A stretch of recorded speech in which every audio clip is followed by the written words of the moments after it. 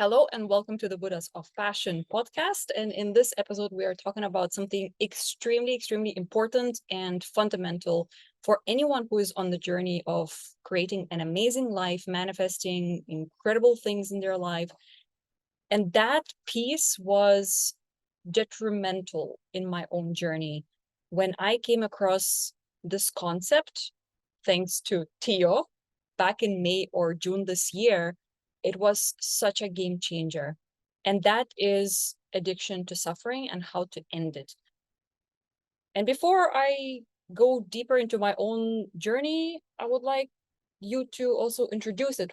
How did it even come to your awareness what addiction to suffering is? So this topic has been discussed a lot by in the world of Gurdjieff, who was a mystical teacher from the early 1900s, and he was the one who from as far as I know, he introduced the whole concept.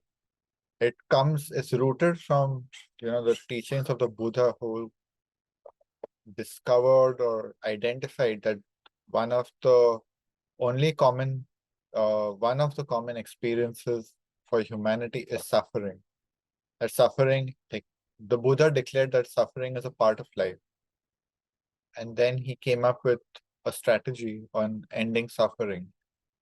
But what Gurdjieff did was he took it further to help us realize that not only is suffering a part of life, suffering is our greatest possession.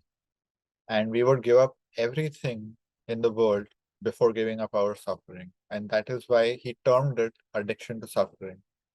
And this is something that's very easy to test out in our own life. And it's an omnipresent reality for humanity that everyone is suffering. And if you give people the recipe to stop suffering, which we will do today, I will do it. I found the recipe, I have applied it, I stopped suffering. It works. It works. And you don't have to believe anything. That's the best part. Just apply it. What you will notice is that having the recipe, you will still choose to keep suffering. That is called the addiction to suffering. And the thing is, we have to understand that it's not you. This is something that's deeply rooted in the human psyche.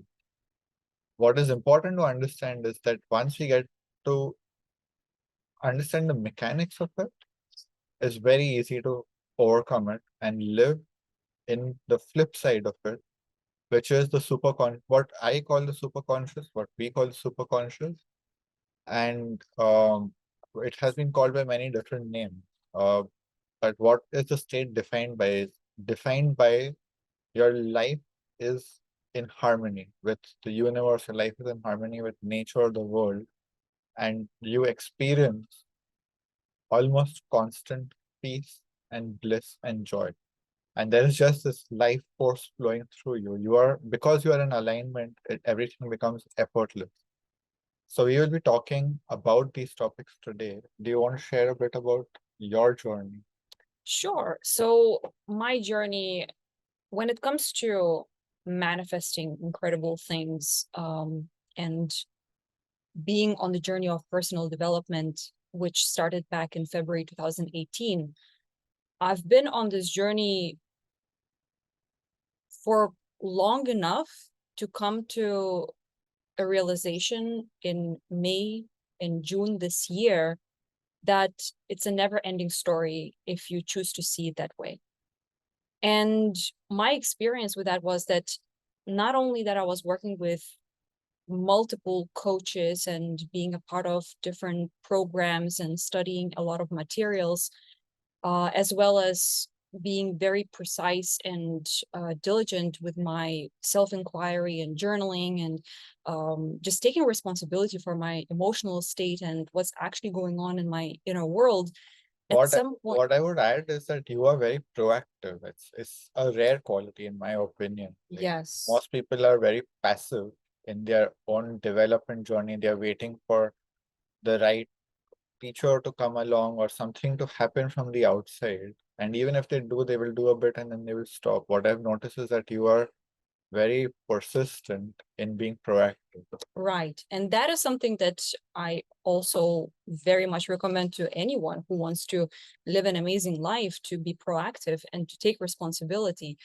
And yet, I still fell into the trap of it's never good enough. I'm never good enough. I always found reasons why not to succeed in whatever endeavor I was embarking myself on. So when it comes to manifesting things, for example, if I had a vision, which I always had, we all have dreams, how we envision our life to be, whether that's an amazing relationship, living on the wild west coast in Portugal like I did, or simply being free within yourself and externally when it comes to financial success. You have those dreams and you want to manifest that. And yet there is a big part of you who is interested in sabotaging yourself and making you feel like you can't make it happen. And that was my path as well. So, despite the fact that I was proactive and taking responsibility and constantly working on myself and studying and deepening my knowledge and deepening my conviction that it is going to happen, at the same time, simultaneously, I was experiencing self sabotage and doubt and insecurity and fear and discomfort and not wanting to show up and not wanting to be visible and all of these kind of things. So in the last few years, since I started my own coaching business and helping other people in their own journeys, of course, I also came over these fears and insecurities and doubts in a very mental way, where I would just force myself to show up. I would force myself to do certain things. But deep down, there was still this element of suffering, as if I still haven't reached it. I still haven't done enough. I still haven't accomplished. I still haven't earned it. My debt is not paid off yet in order to just feel fulfilled and happy and at peace and have fun and joy and feel like everything is unfolding exactly the way it's supposed to unfold. So only when I read your blog posts back in May and June, it just clicked so much for me. It was like, oh my God, I never came across this teaching that you can actually end your suffering. And it's a matter of decision. At least that's what was my experience with that. And the takeaway from it is that it's really as simple as taking a decision, making a decision, a very firm decision, drawing a line in the sand and saying, I'm not taking this anymore. I'm not subscribing to this anymore. It's no longer who I am, and it's no longer how my reality and my life is going to go moving forward. And that decision has changed everything in my life. I think there are three fundamental lines by which people are suffering in the spiritual and personal development industry. And the three lines people take is the healing, personal development, and learning. And these three go on forever. So learning says earth is a school for the soul or for the spirit, or it's a spiritual school, and we come here to learn lessons. And all your suffering is for you to learn something. And so you will always keep justifying your suffering and keep suffering more. With healing, it's the same. You keep healing traumas endlessly because if you're human, if you're on this earth, there is an endless availability of traumas and endless availability of pain. So it keeps going on. And the third is personal development, which again is I have not developed, I have not matured into an adult, I am still incomplete. So always there will be more development to take place. All of this is fine if it comes from the base that I am complete and I am fulfilled and I am fine the way I am. Then if something comes up here and there, so we still, will come across things in our lives which need to be healed, things that we need to learn, things that we need to develop in ourselves. The difference is there is no neediness, there is no suffering, and there is no incompleteness. So we are not doing all of this to fill a void, to do any of that. It's just that, oh, this is the path that life is taking, this is what needs to happen, and we continue. And again, because the base has changed, the answers come from within. We don't keep seeking something outside. There's not The answers are not outside anymore. If we need to heal something, we know what we need to heal. If we need to learn something, there's a lot of wisdom available already, and there are so many free resources. And if that still doesn't satisfy, we can still get something to learn, a technical detail here or there, or some mindset thing. But it's not, oh, if I don't learn this, it's the end of me. Oh, if I don't learn this, I cannot go forward. The attitude we have developed is that we're always going forward. Nothing can stop us. There is nothing holding us back, and nothing can stop us. And if something is needs to be completed in one way or the other, we will do it. So Just to interrupt here quickly, I think this is a beautiful way also to capture the Buddhas of passion, because in its essence, what it means is that you accept yourself and your life and your relationships and your circumstances exactly the way they are. So you are being the Buddha in your Buddhic state because you really enjoy the ebbs and flows, and you embrace them with its fullness. And you don't resist anything that we spoke in the last episode. You don't reject anything. You don't reject yourself. You don't judge yourself. You don't just judge the circumstances and people and whatever is happening in your life or in the world.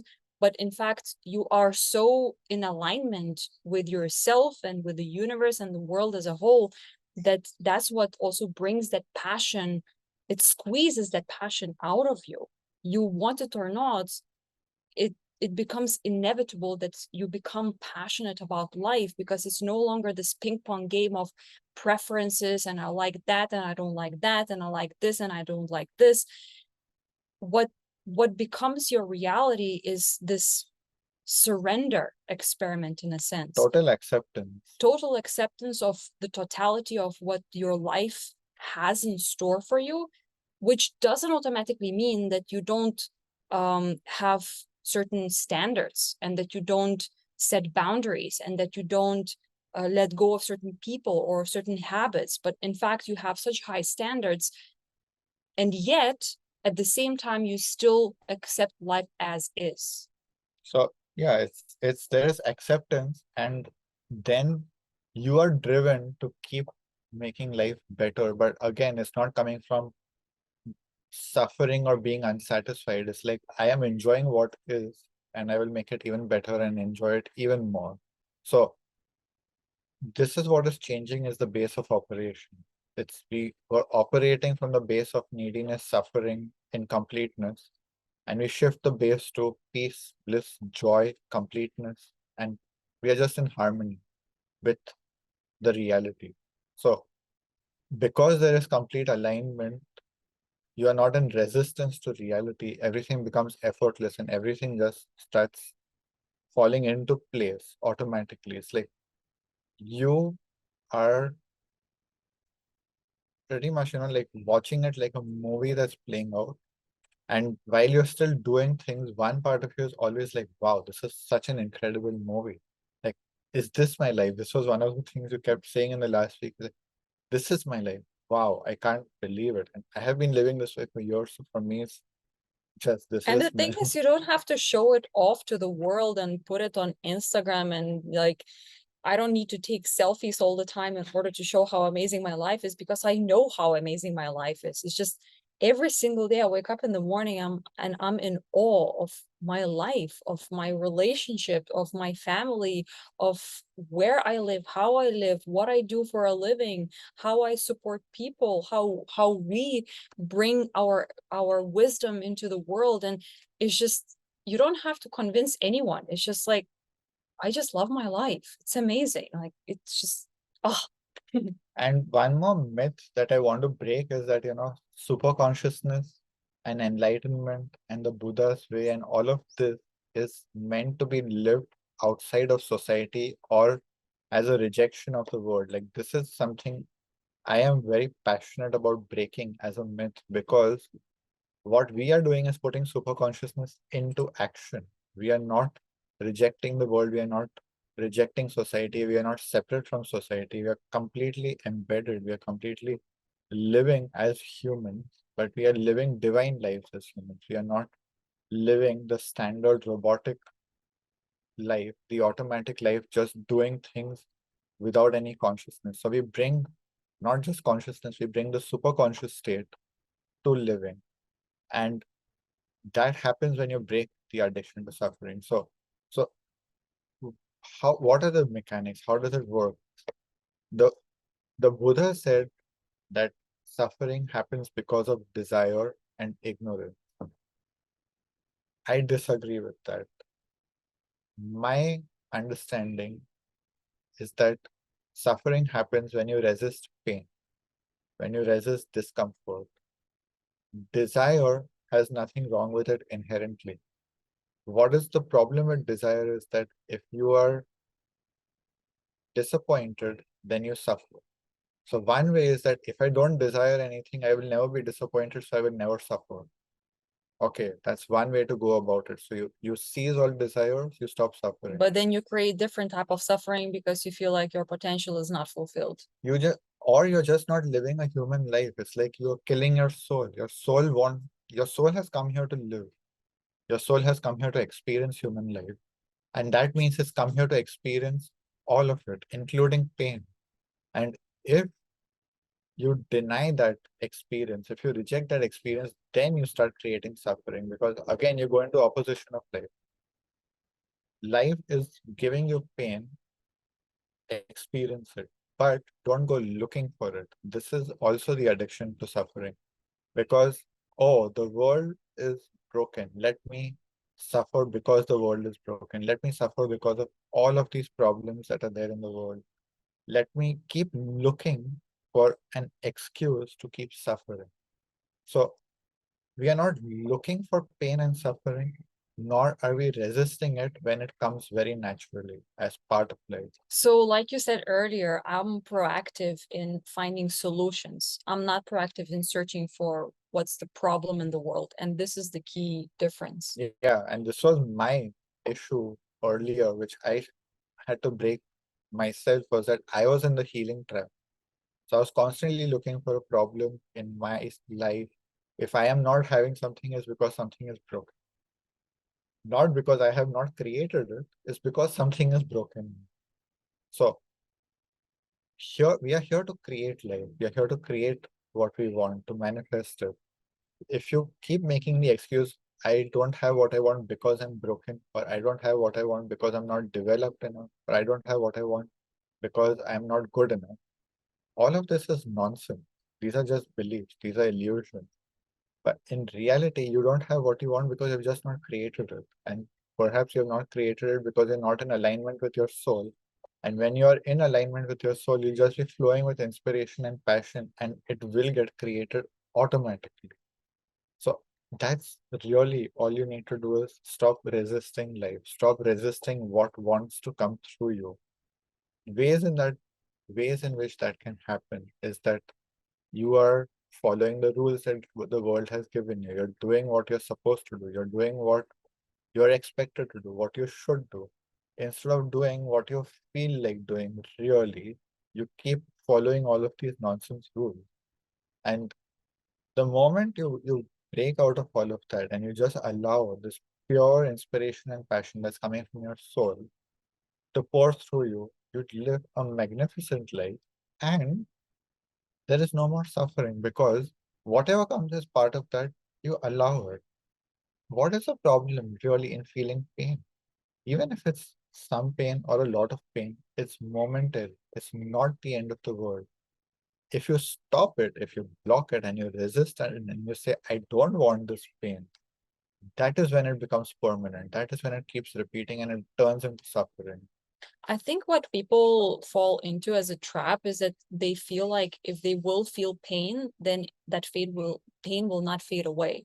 And that there's this attachment or this illusion that once you allow pain to come through you, then you will be stuck in pain. But that cannot be further from the truth because when you let pain go through you, then it goes through you. It And actually joy is leaves on your the other. body. Joy comes on the other side naturally. Exactly. It's literally a natural cycle.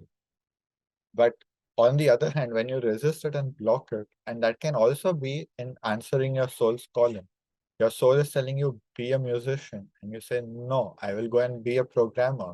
You will suffer because you're feeling deep pain. You're feeling pain at the level of your soul. Your soul really wants to do something and you keep denying it. Your soul wants to have an experience. Your soul wants to love. And you have said, no, I will be a single person for the rest of my life because I experienced pain in my past relationships. Okay, like that pain is you're just carrying it forward. Allow it to pass through and love and feel the pain again. Love and feel pain. It's okay. It's worth feeling pain for love. So let's bring some examples of how that pain can show up, because if you feel like you want to be an artist or a musician, but you choose to be a programmer, for example, how that pain can show up is through anger, or through resentment towards your parents, or through frustration against the world, against the system, whatever that is. If you feel like pain because somebody didn't see you and now you feel you are stuck in your relationships and you are not able to attract someone worthy of your love and deserving of your love, then perhaps it's going to be sadness, is going to be, again, some kind of feeling of rejection and fear of rejection, things like that. So when it comes to pain, that is the core deep down, but that pain, that core, is usually covered in other feelings, which are, so to say, negative or bad feelings, but that is just a surface level. Usually that's just an excuse, again, to cover it all up and to shove it under the rug, as if there's no deeper root cause. And the root cause is usually, like you said, related to what your soul actually desires. And there are other types of pain like failure and rejecting or resisting failure. A lot of people don't start what they want because they're too afraid to fail or to make a mistake. So they're always in this perfection. When everything will be perfect outside, then I will do it. And in that is tremendous suffering because you'll just keep waiting for the perfect moment, which will never come. It's always now. It's never going to be perfect. Just start now, whatever you want. We have created a program which is a 21 days to make it happen, which is we are calling it the wormhole. You go into it fully committed to make it happen, no matter what. And one of the lessons in the wormhole is that failure, there is space for failure because we enter into what we call quantum impossibility, which means that there is literally no reality in which what you want will not happen. Every single reality, it will happen. The only difference is that in some realities, you may have to go through pain, you may have to go through failure. The result is still on the other side of it. And the more you resist, the more you will suffer in order to get there. So will you choose more suffering, or will you choose less suffering? Or no suffering. Or no suffering. So what is no suffering is no resistance. The moment you stop resisting, there is no suffering anymore. Pain is not suffering. The two are different. Understand this. It's a very important concept. Pain is pain. Suffering is resistance to pain. And the moment you drop resistance, the pain passes very quickly. A lot of the times, the pain doesn't even come because the pain was just a mental idea. It was a concept that, oh, I will feel pain if this happens. I was just speaking yesterday with someone who said that, when his parents died, he thought he was going to or he was supposed to go through this whole grief. And he was just happy for the lives that his parents had lived. And it was just a celebration. And there was actually no pain at all. And I have experienced this also with dogs. Like, I love them tremendously, more than humans, many humans. And when they died, there was no pain. It was just like, yeah, they died. And if some sadness comes later, it's not out of anything but the happiness that was experienced. Like, wow, I just missed that happiness for some time. I allow myself to feel it and it passes again. So it's really just to understand that if you give this command to yourself that I want to feel it all, I feel it all. This is very key. It's another thing that came up in this conversation. Stop saying what you want to do. do it. If you want to appreciate life more, appreciate life more. You want to feel more, feel more. Stop saying what you want to do. Feel more, allow pain. Don't say, I want to allow pain. I want to stop suffering. You want to stop suffering? Stop suffering. That was our last Stop episode. choosing suffering. That was our last episode of Shut Up and Show Up. Stop telling us what you want to do it, and be that person. Another thing that you just brought up was attachment. And that is something that a lot of people fall into simply because they're too attached to things, to people, to relationships. And when someone passes away, to stories, Mostly usually. people are attached to story. Right. So I lost my mom, for example, when she was 47, I was 23, and she passed away. It was a tough thing to happen, but really, I accepted it. And that's what it means when you are not attached to a reality the way you envisioned it to be, but you let life also surprise you. There will always be surprises in life. There will always be things that are unexpected.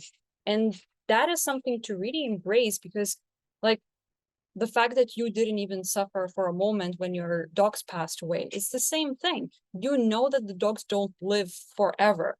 They live, what, 8, 10, 12, 15 years maybe. So you know that you are going to lose them at some point. So even though it's an amazing experience while they're on this planet, then once they pass away, then you need to accept that, and you need to accept the new reality. So those are just examples about relationships and losing people, but also the same applies when it comes to anything in life, really. And what we often see is people who are extremely successful financially, but their soul is screaming at them that they want to do something different. It's time for them to ignite and infuse their life and business and whatever it is that they're doing with something that is coming from deep within. Why are they not choosing it? More often than not, because they're attached to what that good life has for them, whether that's comfort. I had many clients like this, people who are very well off when it comes to financial possessions, but they were too attached to those financial possessions and that seeming comfort, as if they choose a different path, a different reality, they're about to lose that comfort, which doesn't have to be the case either. It's just a matter of, are you willing to do what is uncomfortable, to break away into something much more exciting, much more fulfilling, even if maybe you will lose something. Maybe you will lose some of the possessions. Maybe you will lose some of the relationships or friendships or whatever that is. Are you willing to go through that wormhole no matter what? Because your soul's journey is more important than anything else. Yeah. And again, coming back to attachment and the addiction to suffering, it's really like, it's not desire that is the problem. It's the attachment to desire. So if you have a desire, you attempt to fulfill it, or you have an expectation, you expect something to happen. It doesn't happen. You can let that attachment go in instantly, not even in a second. I was about to say in a second, but you can let it go instantly, and there will be no suffering because you realize it was just an expectation, and expectations are mostly not met, and it's okay. I let it go, and I just embrace what reality has given me. Sometimes it happens that I expect a rose and then I get a bouquet of lily, but I wanted a rose, so I will sit and suffer because I did not get my one rose. I got 100 lilies. Oh my god, my life is terrible. So this is the attitude a lot of people have, is because they are so attached to what they want. They are so attached to what they expect that they don't see how the universe is giving them so much more. What happens is that they usually, that so much more comes right after releasing the attachment. When you realize that, oh, this failure, this mistake, this problem, this breakup, this whatever it is, actually has made way for something that is 100 lilies instead of that one rose. And you can make that instant. That's the point here, is that the addiction to suffering is just about prolonging the inevitable, which means You cannot escape pain. You will feel pain at some point or the other. We, my experience tells me that death is also not an escape. The soul carries on and the soul continues to suffer. So a lot of people think, oh, I will wait till death. I will just hold on to all my pain and not feel it and suppress it till I die. And then I will be free. In my opinion, you won't. And is it really worth suffering for 60, 40, 20, even 1 year just not to feel pain? You can feel it and it can pass very quickly. The most difficult pain. I have worked with over 1,000 people in the retreat center where I was working, coming with all kinds of pain, all kinds of abuse, including the most horrifying things that you can imagine. They have moved through that. And if they can move through that, you can move through anything. Really, really. Like this was my biggest lesson witnessing all of these people because I did not experience something as horrible as them. And when I saw them moving through that pain, I was like, wow, if they can go through, let's say, mutilation, which was the most horrifying thing in my experience, if they can go through that and they can pass through that and they can come out on the other side and just feel that and still be joyful and happy, I really can't feel any pain. I have the power. This is what we want to come out into is power. And that when we connect to that power, which is really infinite within us, we have an infinite capacity to go through anything. That is the human spirit is infinitely resilient. And when you tap into that, life becomes magical. It becomes so magical. It's just pure joy. And there is real peace. It's not an illusion. We are not selling you anything. This is, you can verify it by just trying it out. Just feel the pain and you will see what's on the other side. It's just peace. So two things that came to my mind. One is it reminded me of how impatience is often the kind of the thing that people trip over. And when you say, if something didn't happen, so instead of roses, you got lilies, or maybe the thing that you really desire has a delay. And basically, instead of it happening now or within a year, maybe you need to wait for it for 10 years, for example. Okay, well, is that a reason for you to suffer and make yourself feel like shit? No, it isn't. You would rather choose to feel amazing anyway. That's the whole idea. And the other thing that I wanted to point out, and it's something that also came through me today in a meditation, was that when you penetrate through that pain, through the suffering, through the healing, through the inner child, through the everything, then there's always power. So you can always go straight to power, in my opinion. It doesn't automatically mean that you should bypass and skip whatever needs to be addressed, but you always have that choice. You always have access to the inner power where joy, love, patience, infinite patience all live. So whether you will choose to go the harder way, the longer way, the impatient way, or you will pierce through and be like, okay, I have the power to choose how I want to live my life right now and how to feel and what to create and how to respond to life and respond to circumstances. How empowering is that to And have that choice? what I will add is that you can actually bypass a lot of things. I even wrote a post on my blog called Spiritual Bypassing Done the Right Way because I'm very well aware of spiritual bypassing and what that means. And that means, like ignoring or skipping over the lessons that you need to learn. And that's the whole point is And toxic positivity toxic and all that. positivity.